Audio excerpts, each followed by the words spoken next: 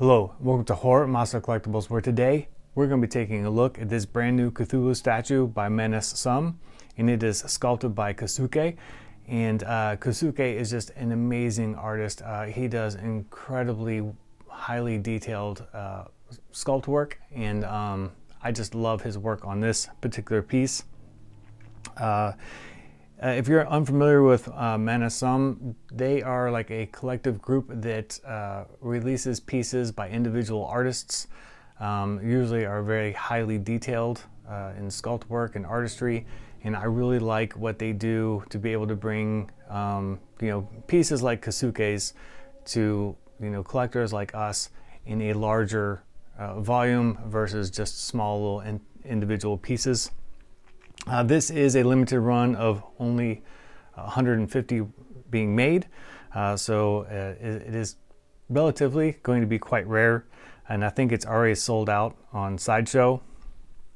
It is 14 inches tall and 11 inches wide and 10 inches deep.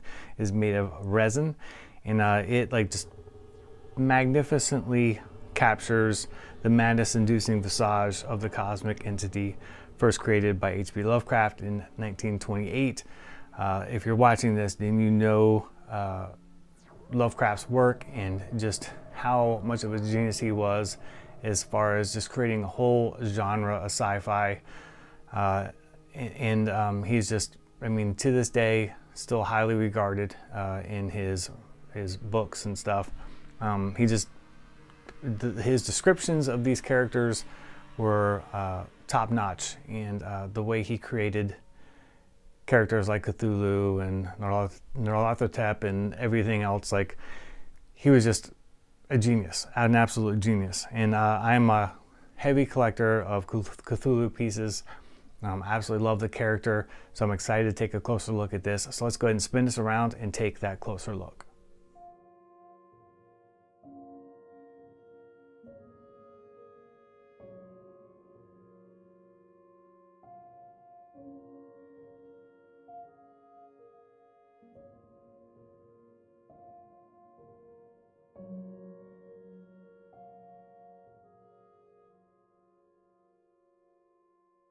Alright guys, so inside the box you will find this little assembly instructions with the different pieces that comprise the statue, and then the assembly instructions. And then inside, this is how it's packaged. Obviously I've kind of unwrapped the pieces so you can see them a little bit better, but that's how it comes packaged. Alright, so obviously first up is the base, and this is a solid chunk of resin. Here is the front. I'll go around to all the sides. And the paint tones on here are subtle, and they're not really picking up on camera a whole lot under these lights, but they really look incredibly well done. They're all within a pretty tight color palette, but it's enough to make all the details pop, even though that may not be coming through on camera. And here is the bottom. All right, so up next is the main body, which again has tons and tons of detail in there. It's just really kind of hard to pick up, but I'll do my best. And then we'll do a 360 video spin of them once I get them all assembled. But the sculpt work and detail work on here is just utterly amazing.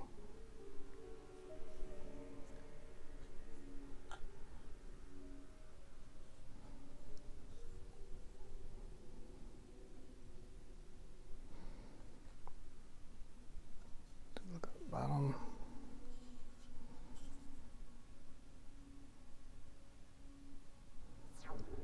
Again, lots of different tones in here, lots of browns and dark greens, and I think like a little bit of gold, but just lots of, and even like a brass-ish color.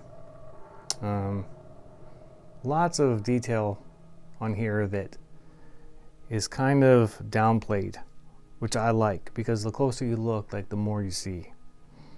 So let's get that on the base.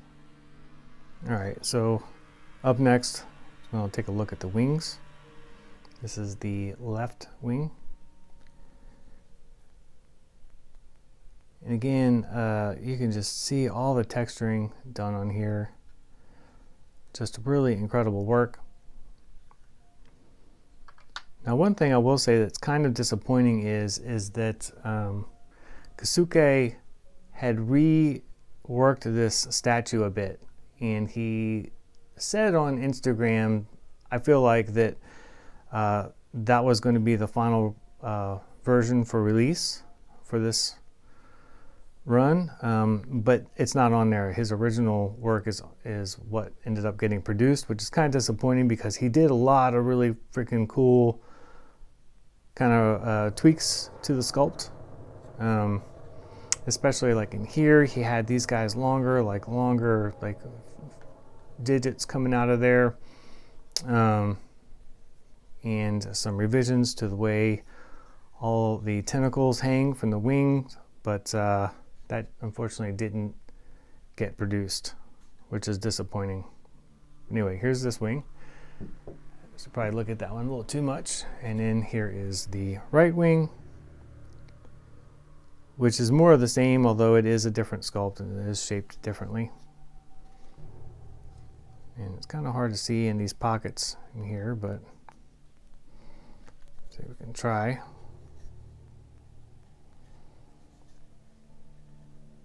But it's just fantastic sculpt work. So let's get these on. All right, so next is the head sculpt, which is, again, absolutely incredible. We have all of this brilliant sculpt work in paint tones throughout here that just really pop. Let's take a look at the inside the back of the head here.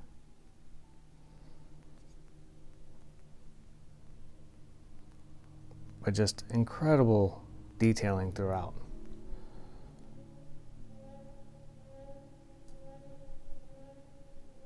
See all of the detail in here. I mean, he definitely doesn't shy away from being thorough with all of his work.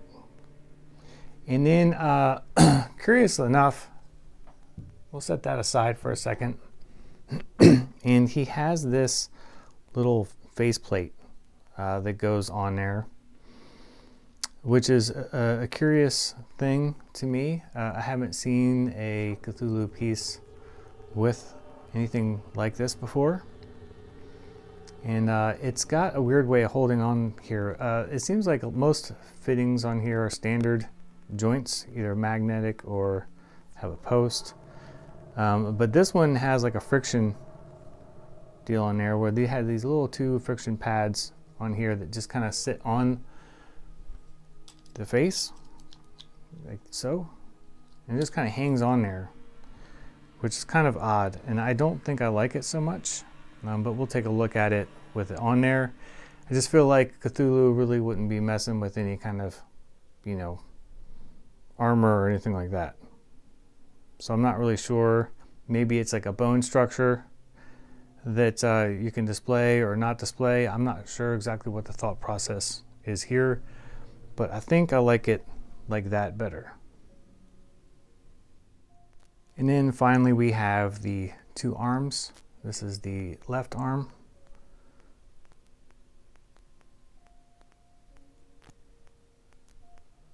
But again, just incredible sculpt work through here. I love his artistic concept of Cthulhu, his vision, and it's just an amazing work here. Like I absolutely love his sculpt work, and I hope to get more of his pieces in the future.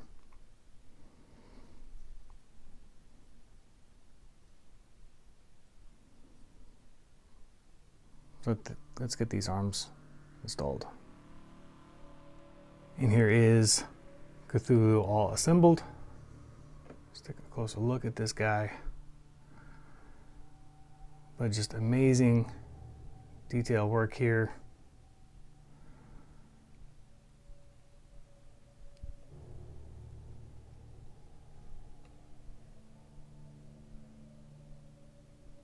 Some of the colors are coming through on this. I wish more were popping because I mean it's just so epically done.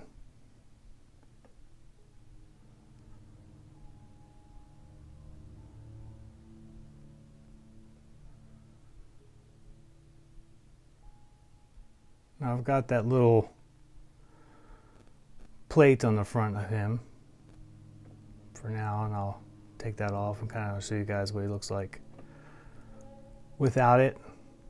I don't hate it on there. It just seems like something that he wouldn't have otherwise.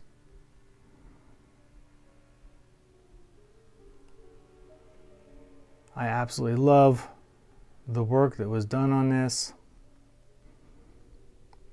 My only lament is that his refinement didn't end up on this final piece.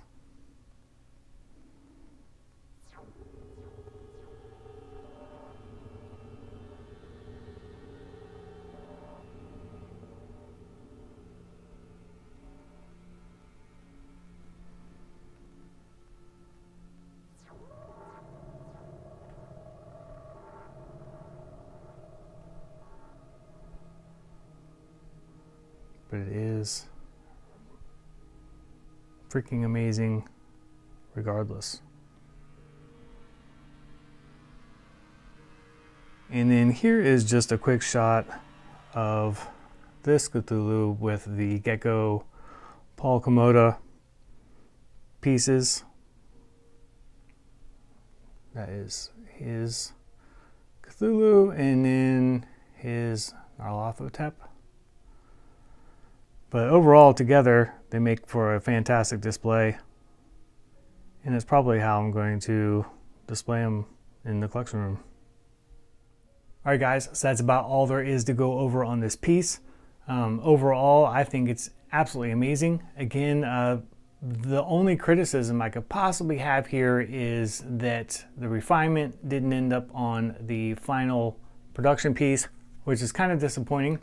But I would have absolutely loved this had I never even seen, what Keisuke ended up doing. But unfortunately I did, so kind of like, I wish it was on there. But overall, this is absolutely outstanding. If you are a Cthulhu lover, I can't imagine not wanting to have this statue because it is by far the best statue I've seen of the character ever done. And I have quite a few statues of Cthulhu. And if you're watching this and you're new to this whole Lovecraftian thing, basically Cthulhu is a fictional cosmic entity and it was created by Lovecraft. He was first introduced in the short story The Call of Cthulhu, and that was published by American pulp magazine Weird Tales in 1928. And Cthulhu is considered a great old one, and it's within the pantheon of Lovecraftian cosmic entities. He's been featured in a bunch of pop culture references, and as far as the look, a lot of artists kind of interpret Lovecraft's depiction of Cthulhu. In which he kind of depicts it as a gigantic entity that was worshipped by cultists, and he had a shape like a green octopus, dragon, and caricature of a human form. So it leaves a lot open to interpretation of what Lovecraft was envisioning in his head. But I love this take on Cthulhu, and again, I couldn't recommend this piece enough. So as always, I will leave you with some 360 video views. I'll do one with and without the faceplate.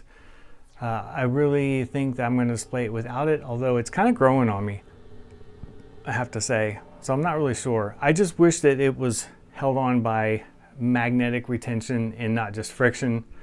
But really that's kind of like my only gripe about this. The color palette is fantastic. So 2 video 360 views, and I'll leave you with some studio shots. As always, feel free to leave any questions or comments and I'll be happy to answer them. And feel free to like and subscribe and click the bell for notifications for new videos. And until next time, I will see you guys later.